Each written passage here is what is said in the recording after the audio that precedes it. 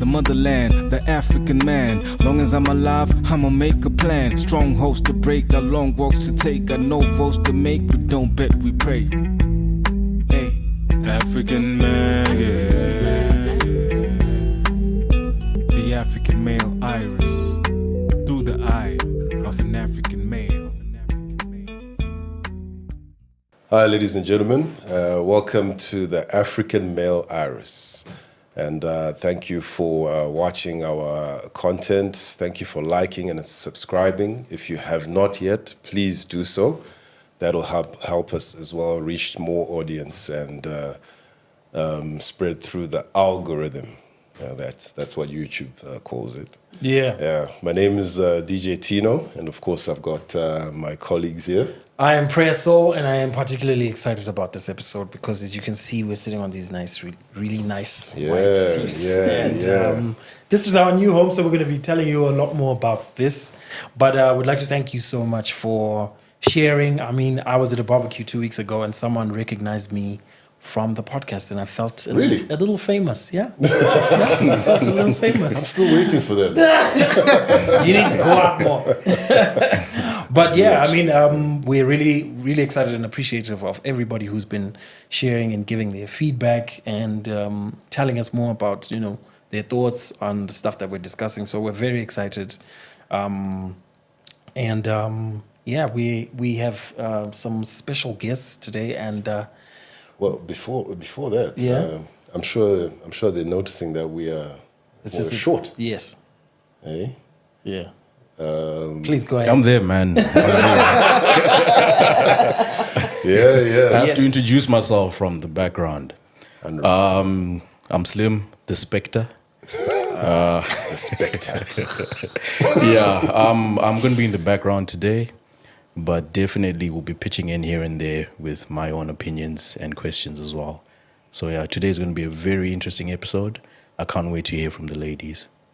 Great, man. I think before the episode ends, Slim, you just need to show face, because I'm sure Slim was involved in a fight and he does not want to be seen. That's really what's going on. And I'm just telling you guys the truth.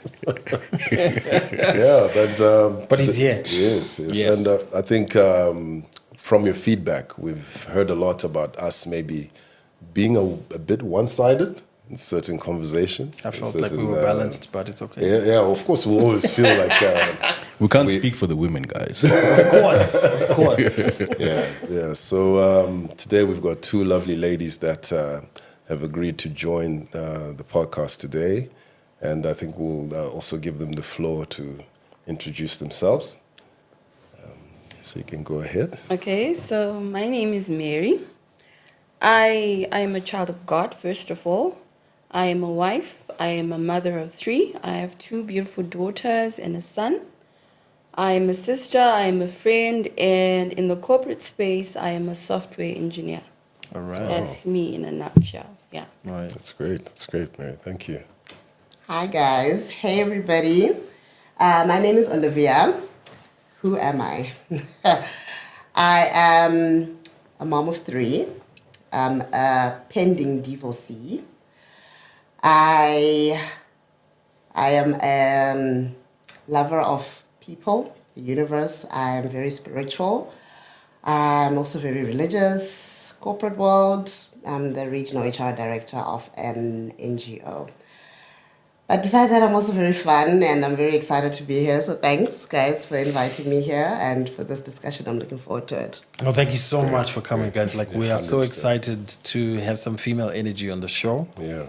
Because we would love to get real responses and reactions of some of the stuff that we discuss on the show. So it would be really, really great to hear what you guys think. So we're going to be asking a lot of questions, and we are also going to have a segment which is called the Ask an African Male segment, where we just encourage anybody and everybody, but mainly females, to sort of ask and say, why do you guys do this, or why do men do this? Why do African men do this? And so we'd like to know a lot of that, and then we can see where the discussion takes us. But I think maybe starting it off, we want to start at you guys have watched the show. So we're also appreciative of you guys because you're part of the audience that's watching as well. So we're really excited to know what your thoughts are on some of the things that you watched on the show, and I think we can definitely start from there. Yeah. So, any questions or comments that you might have? Take out my notebook. You're very free to do that. Yes. I think we're how many episodes in? I think some of our episodes had a part 1, part 2, but I think roughly 10 This to is the 11 7th. episodes so far. The 7th episode. Yeah. And if you've managed to watch some of them or all of them, whatever has triggered you, or whatever you might want to ask from a female perspective, or where you feel we kind of maybe bashed women or did not. We never bashed. We did not bash women. Not necessarily, but well, just be honest and. Mary, you got something? Yeah, I watched the episode it was actually a series where Oscar was just Of course.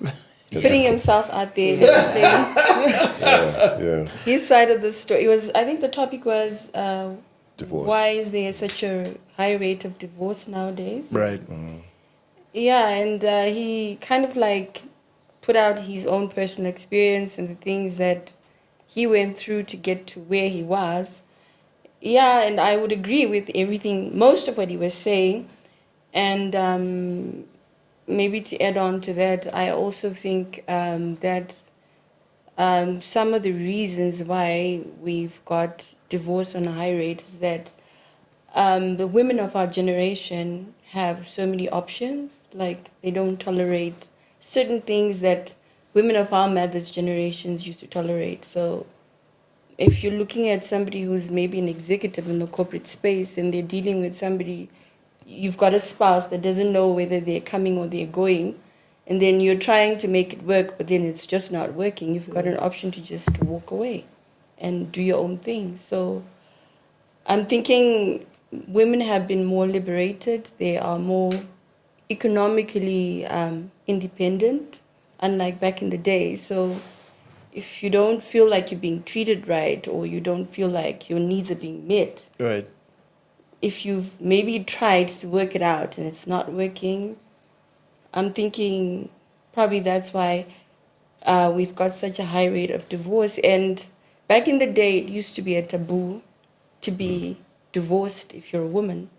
You were like, am I allowed to speak in Shona? Yes. Yeah, yeah. 100%. You became Damvana of the community. So it was kind of like something that you wouldn't aspire to be. So you would take it in there. Whatever comes, you would shingirira. But if you were to tell a woman of my generation that you were supposed to shingirira, they'll tell you, go to hell. I'm not doing that. All right. So yeah, I think that's part of the reason why. That's quite interesting. I've got a question for you though. Yeah. Because women nowadays are empowered, right? What's your take on the effects of having women empowered?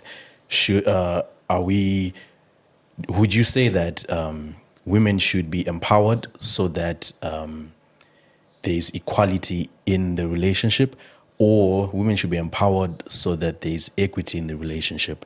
If I can explain that further, equality is if you're a man in the relationship, I can also be a man in the relationship, in quotes, right? And then equity is I've been empowered enough to play my role as best as I can as the woman within the relationship. So how would you really, because I feel like when it comes to empowerment, right, a lot of the times why couples divorce is because there's equality rather than equity, if you get where I'm coming from. Yeah. The woman feels like, you know what, the role that you're playing as a man, I can also play it, or I can play it better. But in actual fact, if there's equity in there, a woman rather would actually say, you know what, I've been empowered and I'll play my role as a woman to the best of my ability. So yeah, just those two. Okay, so in my view, I think you have to get into, like, if you're in, I'll speak from a standpoint of the marriage situation, because that's what I've experienced in. So if you're a woman and you're empowered, and you know your place in the marriage, you know your role in the marriage, and your other half, your husband, knows his role in the marriage, and you, the two of you, are wanting this thing to work, then if you're a woman and you're empowered, then it's about equity. How best can you play your role as the helper to your husband with whatever you're bringing in? It's not like now that you have all this money or you've got this position in the corporate space, then you are just as equally a man as he is. So when we look at marriage, in my view, we need to get back to, well, I'm going to speak from where what I believe. I'm a Christian. So when you're talking about marriage, you have to look at it from the author's view, because I believe marriage is something that God authored himself, and then he gave each person a role in the marriage. So as a wife, you're expected to help your husband. So you're expected to compliment him. You're expected to pray for your husband. So if you're empowered, it also works to his advantage. Then whatever vision that he has, you are empowered to help push that forward. So I've met a lot of successful couples that I've come across. They understand each other's roles in the marriage. And the wife, when she's empowered to push forward the vision of the guy or the husband. And together they become this power force in whatever they're pushing, whatever area of influence they're in. I can mention a lot of examples of people that I know that have made it. And the wife just knew her place. It wasn't that because now I'm empowered, it's about equality. I think it's, for it to work, you have to know that as a woman, it then becomes about equity and not about equality. Oh, okay, I've more questions about that, but Yeah. I'd like to hear Olivia's take on, firstly, on just generally all of the topics we've discussed on the show.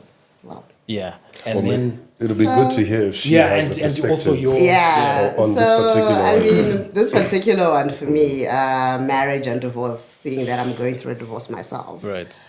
I completely agree with what Mary was saying. In terms of the author of marriage is God.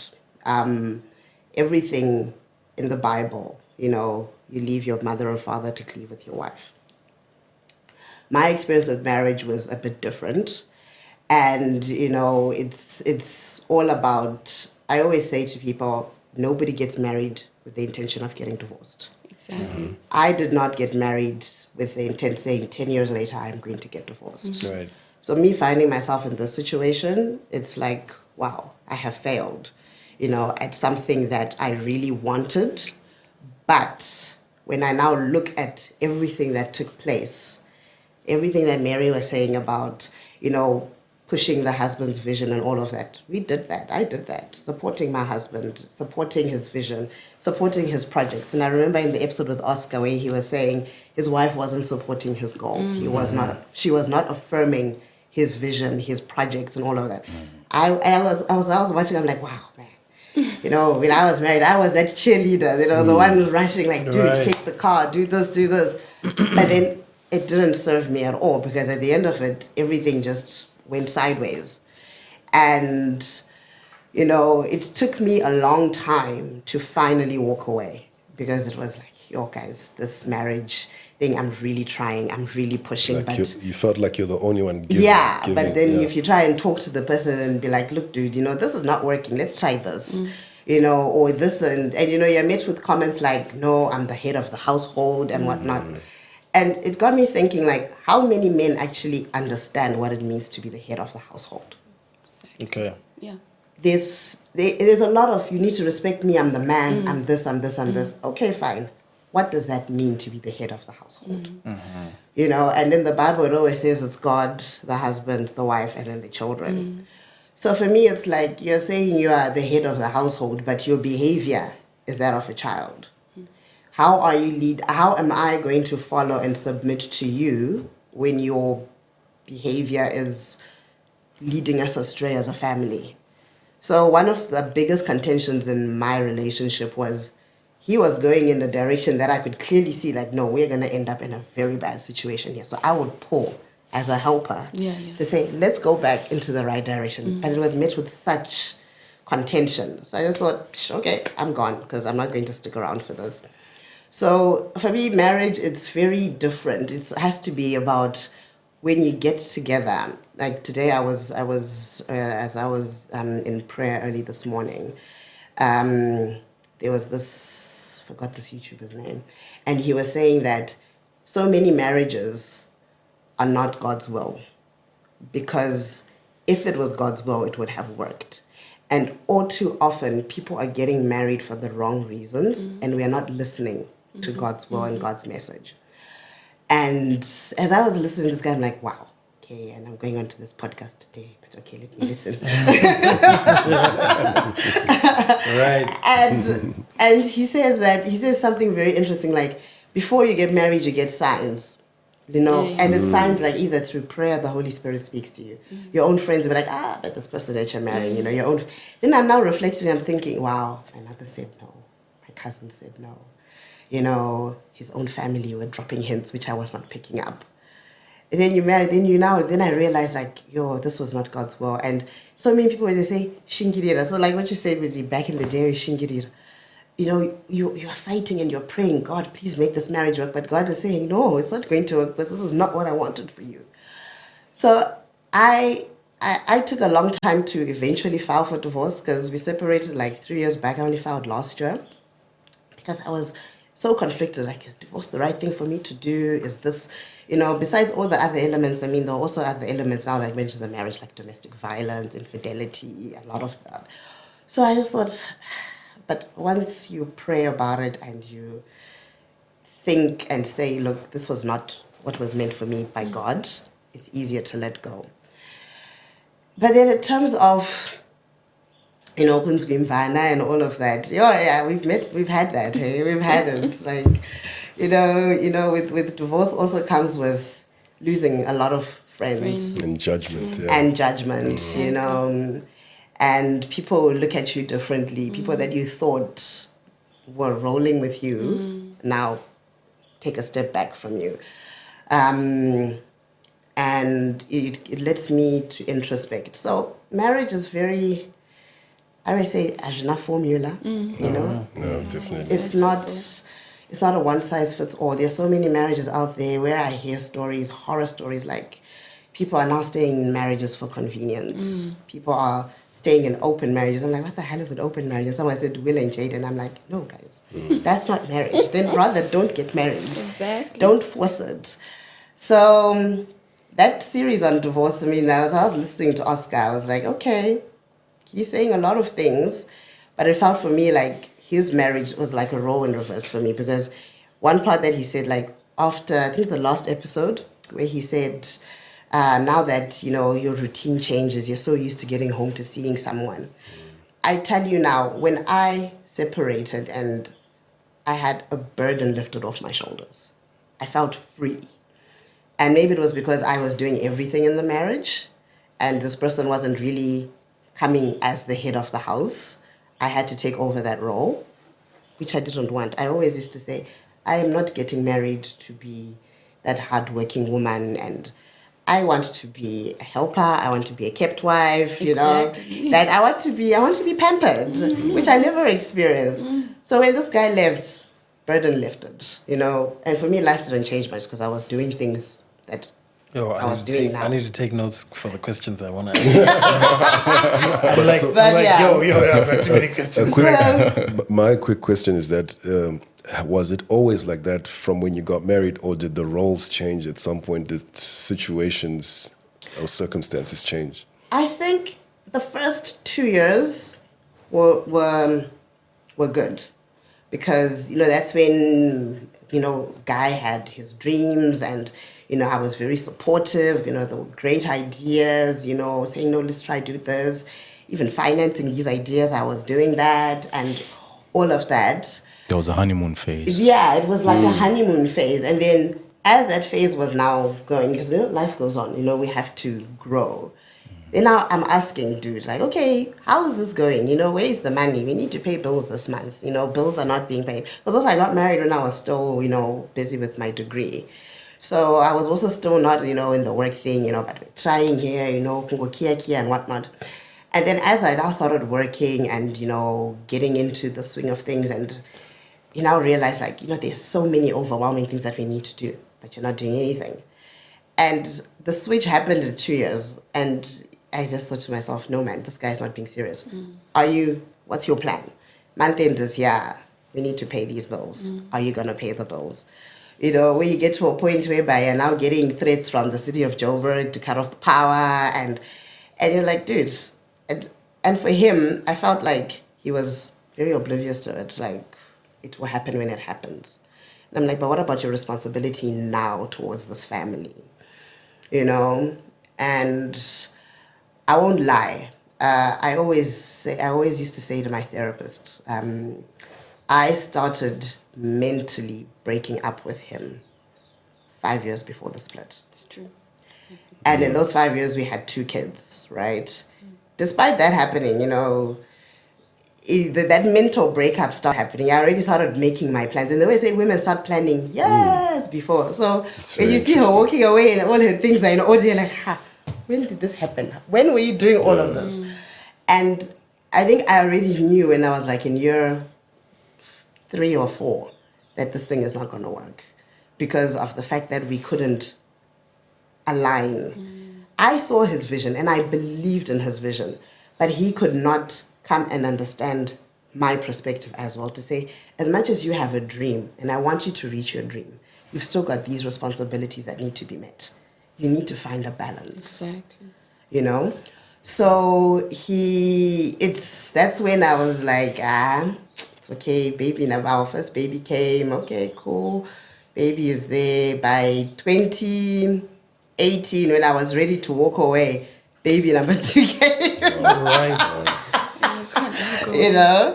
But then by that point, I was so fed up because that's when now all the infidelities were coming out. And it's like, you're not even working. You've got time to go find other women, but you don't have time to find money. Like, dude, what's your problem? And by that point, I was like, no, I'm done. And yeah, I eventually moved out, and then we filed last year. But like you said, that honeymoon phase finished, and that's when things started turning. And when that honeymoon phase is real, guys, you know, it's there. Then when it lifts, reality sets in. It sets in. You know, so that's just something that I just thought to myself, like, gosh, I tolerate a lot. My question, I mean, that's a lot. Wow. My question is, I think it's very profound, the points that you guys have raised. I think we've touched on that before. Like I remember us having the discussion about what must a man be like before they get married, right? Yeah. When we're talking about the identity of the African male. And I think my question is, what is the role of the head of the house from your perspective? Yeah. Both of you, like. Because I've got a lot of questions about the before getting married bit, but just while we're still here, I want you guys to respond to, how do you see that role?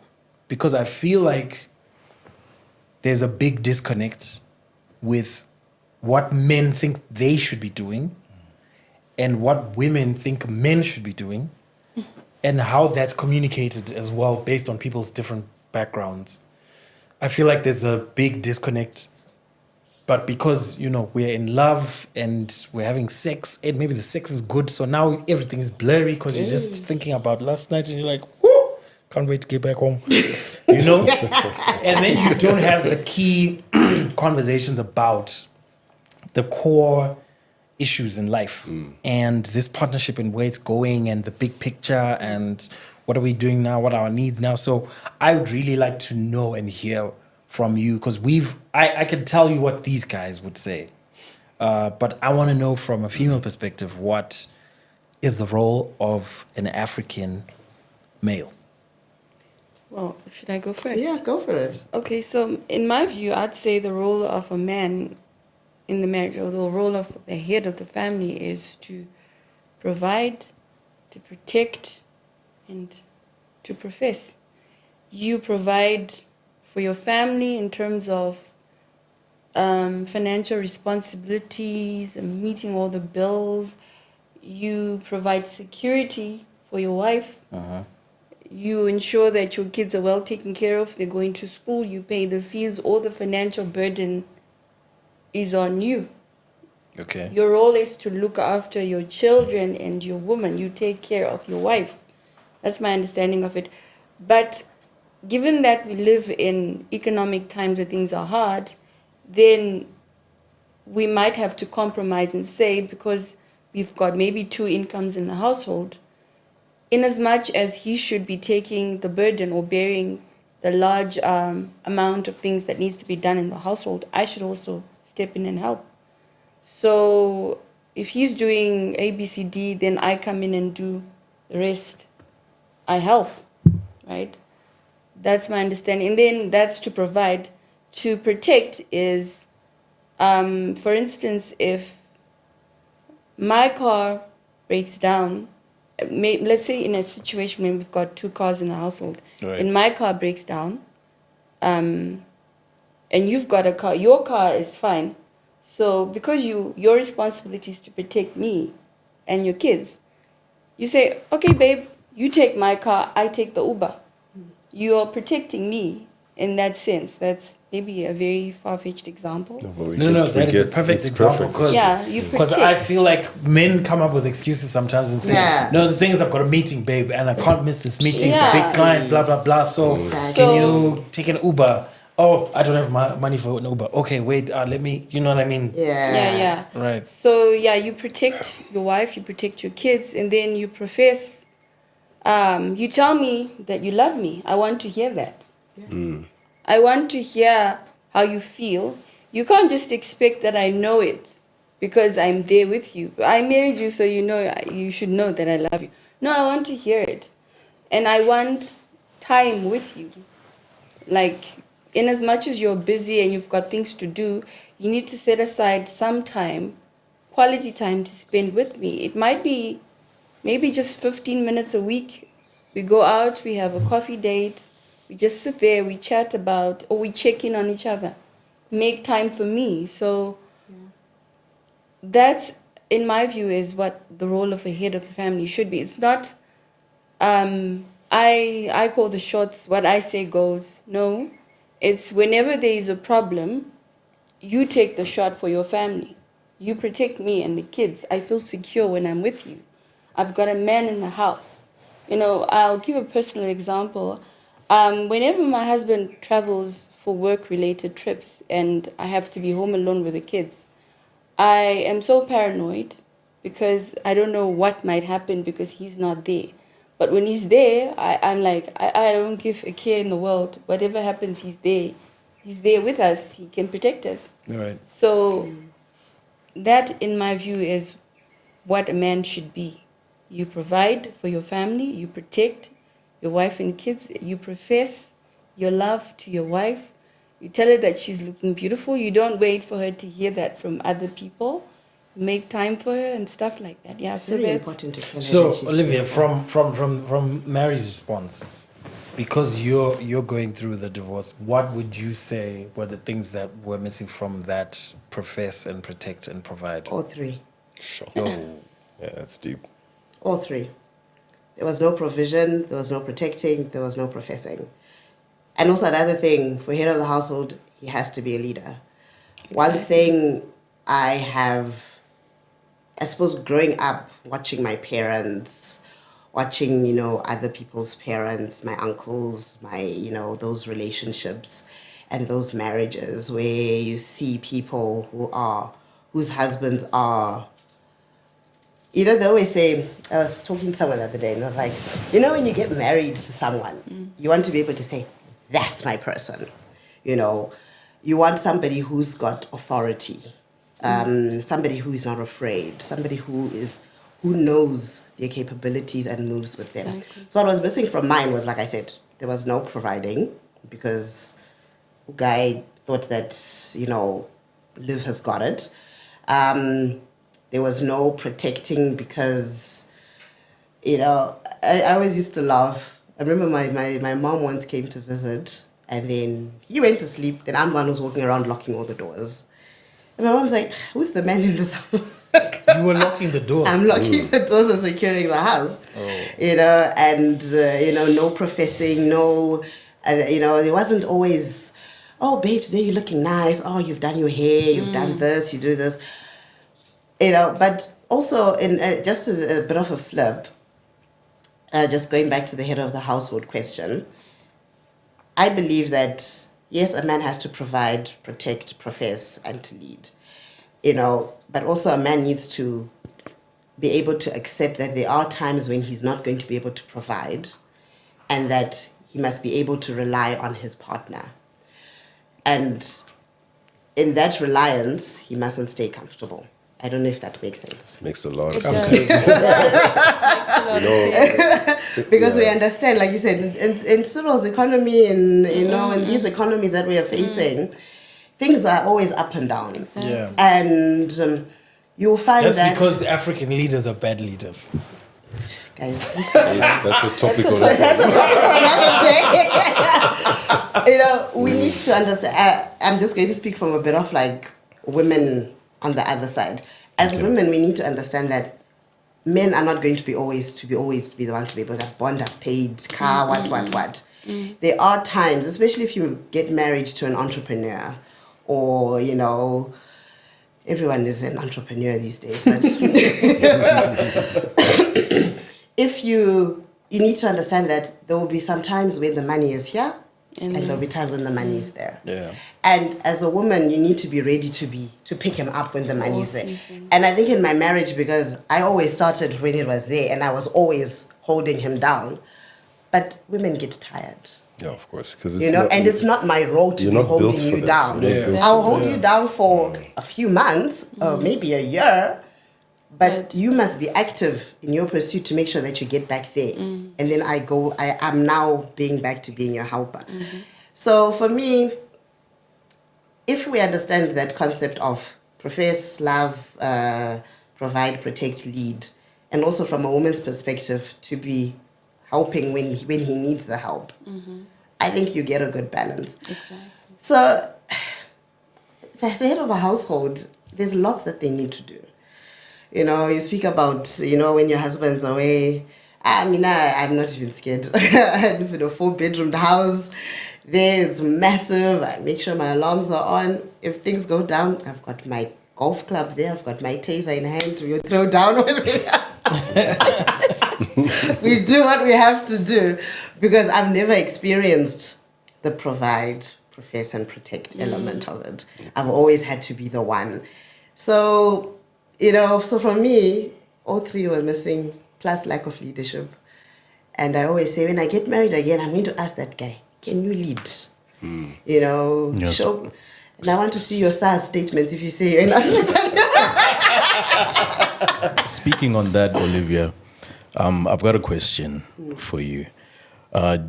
Before you got married, did you discuss expectations from your partner? That's the first question. And also, do you feel that the reason why your marriage degenerated is that your partner failed to evolve within the marriage? You know what? That's actually a very good question. We actually never had that discussion. Right. We never had the whole expectations marriage and expectations in the marriage, roles in a marriage. It was... And you see, it's something that then I go back to and I always say... I remember before getting married, I said, we need to go for premarital counseling. Yeah.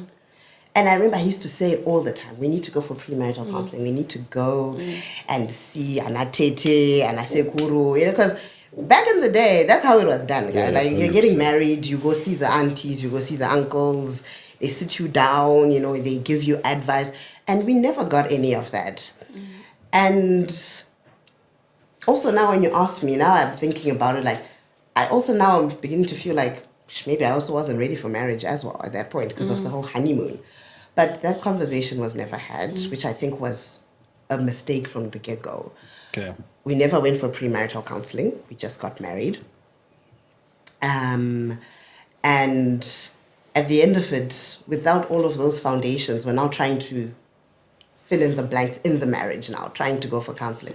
But okay, before I go, can I ask you, man, something? Why do you not like counseling?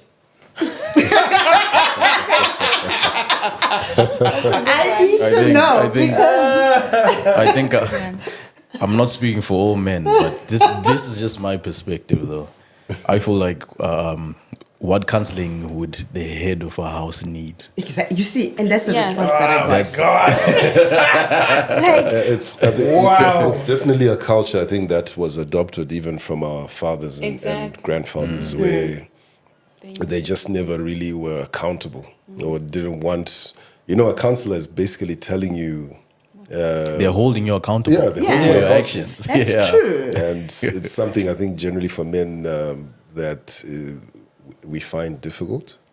I think some of course, we're not speaking for all men, but in general, I think men struggle with that. But that's actually something that needs to be discovered before marriage.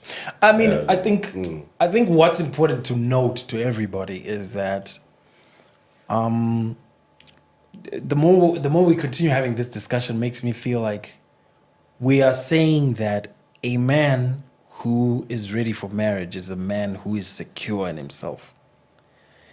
And a man who's secure in himself has no problems getting help. Yeah. And they also don't have a problem saying, I need your advice on something. Or I think we should go and talk to these people because they seem to know about this. Absolutely.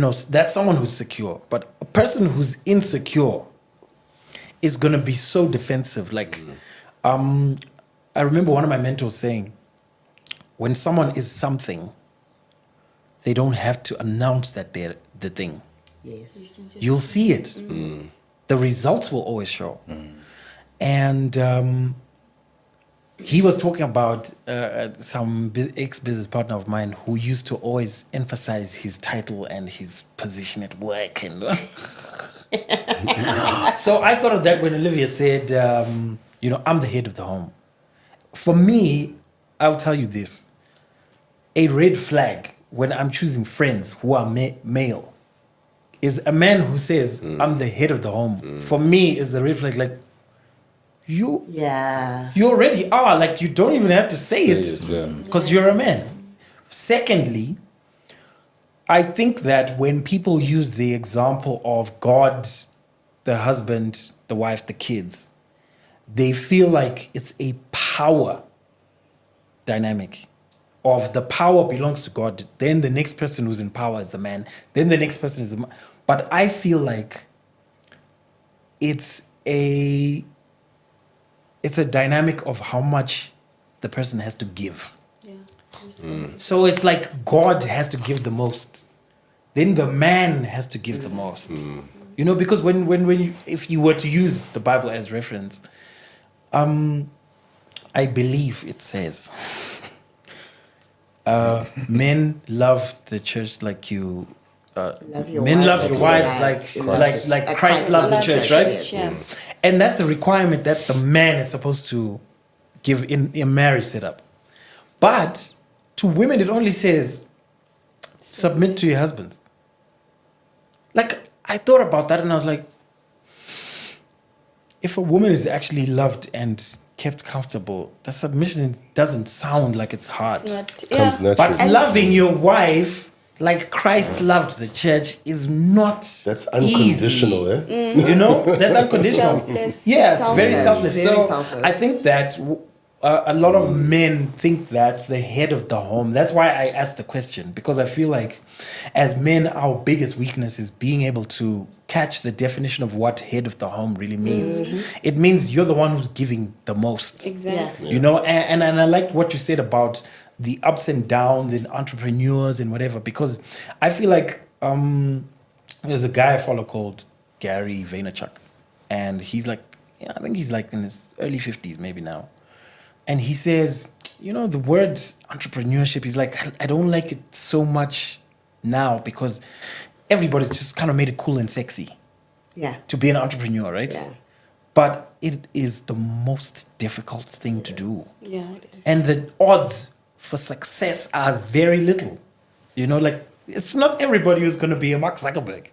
Like, how many Mark Zuckerbergs do we have? Exactly. You know, and even if you are trying to be a Mark Zuckerberg is probably going to buy your WhatsApp or your Instagram or your, you know what I mean? Like, someone's going to buy up your company and then it's gone. Then now you're like, no, I need to start another business or whatever. You know what I mean? So for me, what I then learned is that there's so many people who want to pursue something or they have a dream or whatever, but I feel like there's definitely a lack of, firstly, those conversations, Yes. of the expectations. Yeah. Yeah. I feel like that is missing a lot because I remember, I think it was yesterday, when we were just talking about, premarital counseling, actually, with a family friend of ours. It was actually Oscar. Right? And we were just talking about characters, right? So then we talked about these shady pastors that were at that church that we... Those pastors were shady. Guys, I really feel like pastors should be an I episode. really feel like exposing them right now. But anyway. Hold on. And you know, because I'm a musician and in some parts, you know, of some places I'm a little popular, every time it came up that someone mentioned my name, they would always say, "Oh yeah, he's our son. We did their marital counseling." Meaning me and my wife. We only went for one session where she was late. Like it was at their house. But we waited for 30 minutes. She was late. And then she came out and she was moody. And the first thing she said was, "I don't even know why my husband does these morning appointments because I'm not a morning person." That was like the background of our premarital. Like our wedding date was set already. And I feel like that is just a sign of how many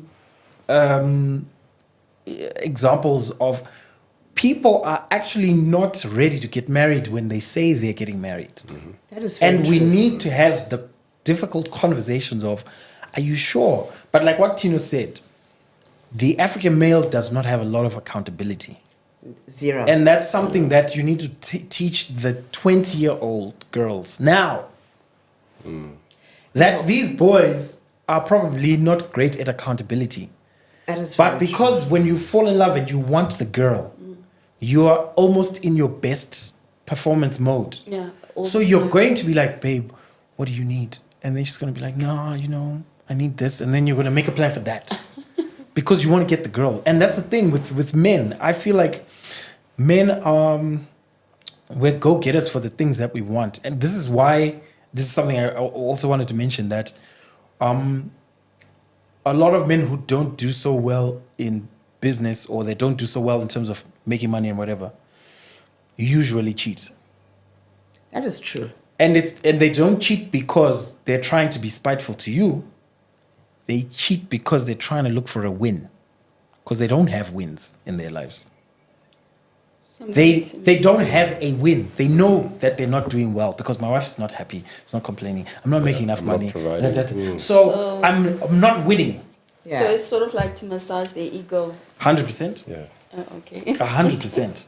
So you have that person in the exterior who has less expectations. Of you. Yes. Because that relationship probably has. That's that the easy relationship. win. I'm not saying it's fair, but Yeah, 'cause that that's- relationship that's has- the reality. Because that relationship has a lifespan of maybe a month. Yeah. Because you're not Yeah. looking to start a marriage there. No. Right? You're just So you're just fulfilling. looking for fun. So if she looks at you a certain way and she thinks you're attractive, then you're like, you know? So for the first time, you're actually getting someone who's looking at you like that. And they don't know. But then your wife They is don't know like the backstory this about you. because she's like, yeah, bro, we got bills, we got this for Exactly. kids, and we got that. And then you go to your clients, and your clients are like, yo, you haven't delivered the thing, you haven't done Okay, this, you like- haven't done that, you haven't done that. So it's like, I'm not winning here, I'm not winning there, I'm not winning there, and then I just bump into one person who just looks at me like, And thinks wow. I'm the BO and AO. But you know what? When you say that, right? Gosh, this is like really touching on my life here. So like I mentioned that there was also infidelity in there, and also that infidelity resulted in an alleged child. Wow. So like as this third party was now, I don't know, it's almost like they're given encouragement. They're motivated to come at you and go. And I'm like, look, sweetheart, whatever you want, this person's yours. I don't fight for people. Take your human and whatnot. A few months down the line, she dials back. Oh, I'm so sorry. Didn't realize this person's got no money. And I'm like, but you wanted the person, right? You didn't realize that back at the yard, it's not his at the end of the day. And what you said, Prayer, about how men who struggle always go and cheat. They're looking for validation. Yes. 100%. From out Someone, there. Because yeah. at home, they don't want to be accountable. Yes. And that lack of accountability amongst, should I say black men or African men? Yeah, or African amongst men. men. Lack of accountability from men it's very scary. Because when we tried to do the whole marital counseling, when things were now unraveling, the marriage counselor, and me, I refused to go see a pastor. I said, I'm not going to go see a Papa God. I'm not going to go see I want to go and see a qualified clinical psychologist Right. who is trained to deal with this. Because at the end of the day, these people are playing with, they're dealing with our minds, because this is, it's very closely connected to mental health. Exactly. So we went to see a clinical psychologist, and as we were talking, he's rambling on and on about, the head of the household, and, she doesn't respect me because of this. And then the psychologist asked, but then why are you struggling? I'm like, it's difficult to respect somebody or to submit to somebody who is not bringing the required behavior and the required energy for that level of submission and respect. And the fact that you are now coming and just throwing your toys out the cot because I'm saying, this month you didn't pay for this month you didn't pay for that, this month you didn't pay for that. How am I now supposed to turn around and submit to you when we've got bills that need to be paid? So then the psychologist said to him, but then do you understand the implications of you not providing for your family? It's like, no, there's no implications because she's doing it. And he's like, but that's not his job. That's not her job as the husband. Right. So where's your accountability in this? I swear to God, those sessions, I think we went for 3 and we never saw him again. I was now going for myself, Wow. So that lack of accountability, that lack of, and when you say, when you meet someone that says head of the household is a red flag, I'm with you there. 100%. Yeah. The moment a person has to announce, a friend of mine said this so eloquently, the moment you have to pull rank, you have failed in life. 100%. The moment you have to say, I am this, you must listen to me, you have failed. Be it at work, be it, I am the managing director, you must listen to me, or I am the CEO, you have failed. Yes. Or I am your father. Or I am... That's a bit drastic. And the moment somebody has to go out there and say it out loud, you've already failed. Because I believe things like that need to be seen from your actions, your presence, how you carry yourself. Your body language says a lot about you. Oh, You and know? we didn't actually answer your question. Why do men hate counseling? I think I don't have a problem with counseling. Like, my wife and I, we've gone for a couple of sessions, besides like our premarital and whatever. Yeah, I was about to say, I hope it wasn't with the same. I don't even want to see those people. And to think they have a church now. Ugh. Anyway, I think that a lot of men are resistant to counseling because, firstly, it's accountability. Yes. And then secondly, if you're an insecure man, it's an admission of failure. Because you're saying, I can't fix it for us. We have to go to somebody else to fix us. So when that then happens to somebody who's insecure, because I feel like you're saying, someone who's insecure is going to look for validation in anything and everything. Yeah. Right? So all they're looking for are wins. And this is a very important thing to note as women, because when you start understanding the way men think, you'll realize everything is just a win. It's always, is it a win or is it a loss? That's kind of how we think. That's why when we're so obsessed with sport, that's why we're obsessed with cars, because it's always, yo, bro, I bought a new car. Yo, you know what I mean? And then it becomes a big thing with the guys, like, then the guys want to see it. But that's a win, you know, like I've just won. I'm going to show my guys, they're going to celebrate me and they're going to be like, wow, this is so dope, blah, blah, blah, blah. Well done, well done, well done. And that's it. So men live off of that. And I feel like there's a lot of disconnect. I feel like there are some divorces that shouldn't happen because those two people just don't have the tools for how to treat the other person. You know what, Brea? I think men fail to realize that counseling is pretty much A win. no, not necessarily, but the reason why you end up having to go for counseling is because there's a breakdown in communication. Yeah. So the counselor is just simply someone who's coming there to Facilitating. translate Yes. what the other person is saying Trying to to the say. other person. 100%. And then so and then you get where I'm coming from. And then Yeah. you then fix whatever it is that needs to be fixed. So that's how men should actually see counseling. It's not like you're going there and someone is pointing out your wrongs or anything like that. No. It's just someone that's helping you to communicate with your partner. I think, you know, I think it's after your point, we will need to move to the next aspects as well. right. Yeah. So I think another thing to note is when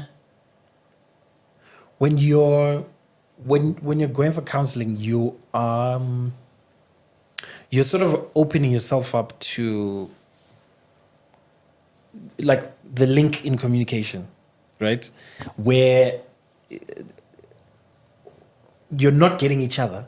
So this person is it's almost like you're speaking in two different languages. And I feel like that also comes from the fact that I think it comes from the socialization, from the being raised part. And preparing for marriage. So the dating, I feel like the dating is something that needs a lot of advice, but people don't think so because it's not so serious. Yeah. But when you're dating is when you actually get to see how this man responds to accountability. Because the thing is, you only learn a lot of these things. Like a lot of things when you're in the marriage are very assumed. Like you rightfully said that. When I started retrospecting on my marriage, I realized that we didn't have this kind of conversation or that kind of conversation, right?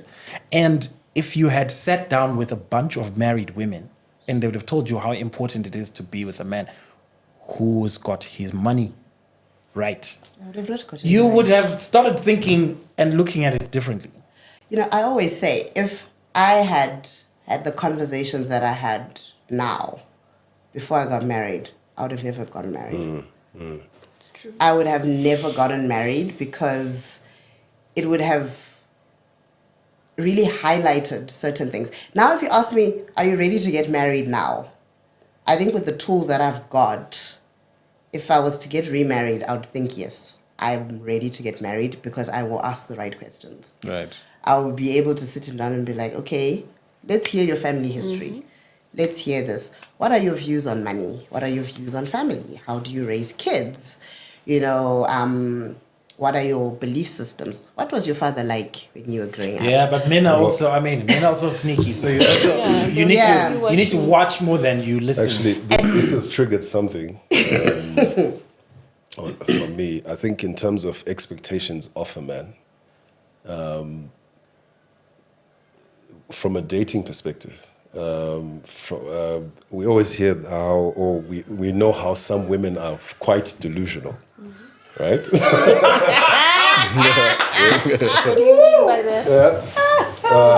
In terms of what the expectations are from a man, and not having that self-reflection of themselves. Right. Right? Men are visual beings, right?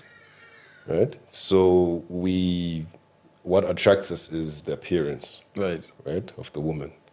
For women, it's more than that, of course. It's the provision, side? Is he able to provide, protect, etc.? But of course, starting podcasts, you start to watch other podcasts and you get some perspectives where there's a guy who had a panel of about 8 women, and he asked them all, please just rate yourselves. Rate yourselves out of 10. Just you coming out of the shower, no makeup. And 7 out of 8 of them said, I'm a 10 out of 10. Yeah. Right? And me as a man watching, You were like, she's a 4 if we're great. out of the 8, just the appearance, just seeing them, I think maybe only 2 of the 8 I rated maybe like 7 or 8, 7 out of 10. Yeah, I didn't got high standards. So where I'm coming from is that where from a woman's perspective, what's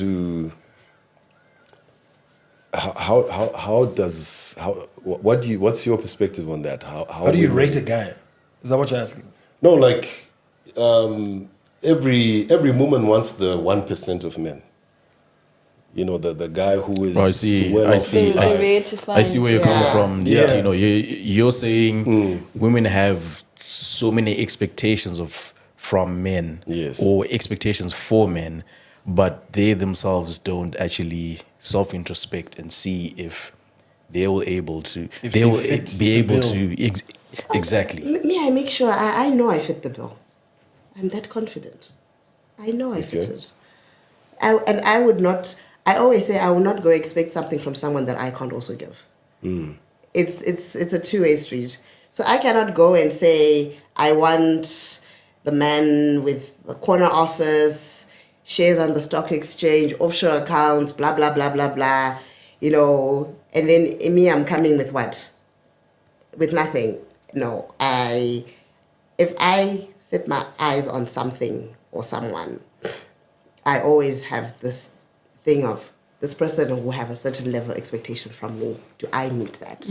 Right. So I think maybe to sort of just add on to Tino's perspective, do you feel that women's expectations are realistic when they're looking for a man? Because Especially I the mean, younger on generation. one of my questions, I was actually going to ask that if every woman wants to be well taken care of, does that mean every woman deserves a man who's financially stable? And how many men are financially stable when what they're getting is married? financially stable? Yeah. I mean, that's why we want to. That's what we want to know from you guys, because you have an ideal. Like we've done this before, where we sat down and said, "What's the ideal woman?" Right? Then we said, obviously, I have to be like physically and sexually attracted to her initially. That's going to be the first thing. Then we said the second thing is going to be, I think that what feminine men want. energy. Like we came up with, stuff able to that cook Yeah, and, Tino was really. He always talks about the able to cook because that's a I big saw thing that for one him. episode. He said it's a red flag if she can't cook. It's not trying to defend. I was just like, no, man. If a Yeah, woman cannot cook, I mean, dude. So we want to know Take a because cooking class, bro. Yeah, pay for the cooking Come classes. come fam. on, guys. Yeah. So you see, I think that's why as individuals we need to be very mindful and clear about what you can accept and cannot. Yeah. Can't accept. Yeah. Because for me, that's an expectation for me. If I'm coming home from work, I would love for my wife to cook me up a very lovely meal. That's, for me, that feeds me, that motivates me to provide more. Get It's it, just my chef. love language, maybe. one of them. The motherland, the African man. Long as I'm alive, I'ma make a plan. Strong hosts to break, got long walks to take, got no votes to make, but don't bet we pray.